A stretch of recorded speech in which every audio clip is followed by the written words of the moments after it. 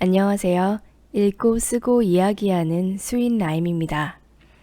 매주 화요일에는 책과 일상에 대한 에세이를 나눕니다. 오디오에 담긴 에세이 본문은 브런치 글로도 만나보실 수 있습니다. 브런치 글 링크는 해당 에피소드 소개란에 남겨놓을게요. 일상 에세이. 내가 좋아하는 음악을 만들어서 뭐해?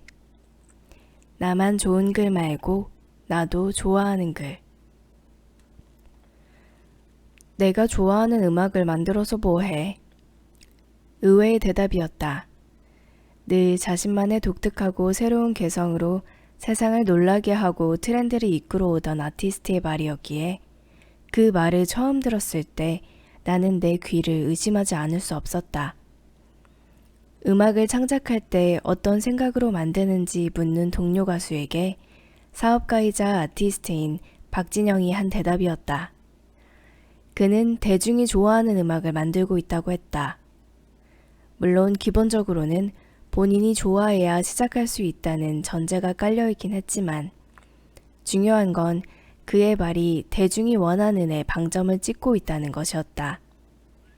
과연 성공한 아티스트이자 사업가다운 이야기였다. 39살, 30대의 마지막에 나는 난생 처음으로 홀로 고집스럽게 썼다. 그 모든 여정은 누군가에게 보여주기 위함은 결코 아니었다. 그저 머릿속을 맴도는 수많은 생각들, 턱끝까지 차오른 상념들을 독방에 앉아 묵묵히 받아 적어 내려가는 일이었다.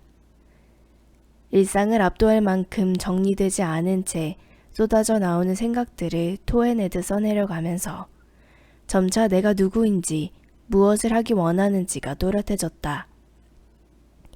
생각이 글이 되어 정갈이 모습을 드러내었기에 가능한 일이었다. 누구나 볼 수 있는 플랫폼에 공개한 글들이었지만 사실 읽히기 위한 것이 아닌 오로지 쓰기 위한 글들이었다.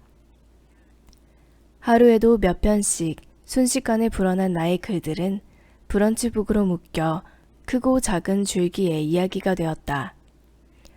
간혹 브런치 메인 화면에 노출되어 조회수 그래프가 튀어오르는 날도 있었지만 대부분의 날들엔 잔잔하고 고요하게 읽혔다. 그럼에도 개의치 않았던 건 나의 글을 공유제가 아닌 사유제로 생각했기 때문이었다.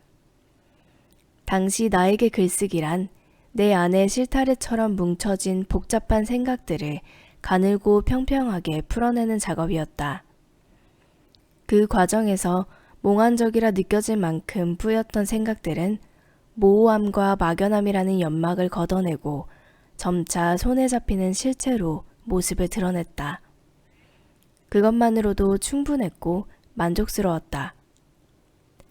한 해 동안 쌓인 글들은 내가 어떤 사람인지 무엇 하며 살고 싶은지를 천천히 조용하게 수면 위로 드러내 보였다. 그 끝에 다다라 깨달은 건 나는 글과 목소리로 공감과 위로를 주는 이야기를 하고 싶은 사람이라는 것이었다. 한평생 크리에이티브, 나눔, 이야기라는 여러 키워드들을 마음에 품고 살아온 터였다.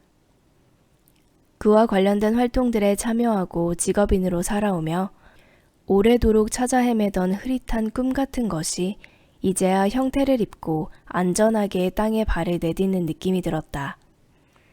오늘과 내일을 구분짓고 매번 다른 기쁨과 보람을 선사해줄 인생의 지향점과 동력이 선명히 드러난 것이다. 바로 그 지점에서 대중과 소통하는 아티스트의 말이 귀에 콕 박혀 들어왔다. 그의 말을 듣는 순간 내 안에는 이제껏 생각해보지 못한 질문들이 고개를 들었다. 그럼 너는 앞으로 어떤 글을 쓸 거야? 세상에 무슨 이야기를 들려주고 싶어?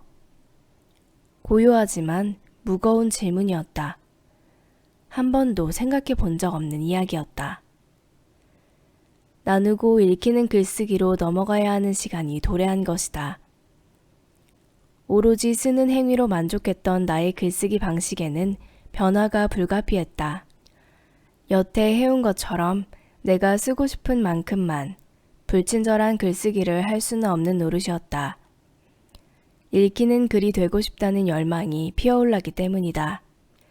나와 결을 같이 하는 사람들에게 들려주고 싶은 이야기, 그 이야기는 어떻게 써내려가야 할까? 고민이 깊어지던 중 난생 처음 독서 모임에 참여했다. 나의 이목을 확 잡아당기는 책과 좋은 사람들에 끌려 시작한 일이었다. 책의 내용도 좋았지만 탁구공을 주고받듯 함께 생각을 나누는 과정들이 즐겁고 놀라웠다. 분명 같은 내용을 읽었음에도 서로 다른 생각이 교차하고 부딪혔다. 나눔은 질문을 불러왔고 그에 따른 다양한 의견들은 우리에게 색다른 가능성들을 보여주곤 했다. 그건 꽤나 근사한 경험이었다. 나의 세계가 점차 유연해지고 확장되는 경험은 혼자 읽고 덮었을 땐 느끼지 못했던 일이었기 때문이다. 작년 한 해 고집스럽게 나에 대해 써내려가면서 좁아진 시선은 다른 이와 함께 생각을 나누면서 다시 넓어지기 시작했다.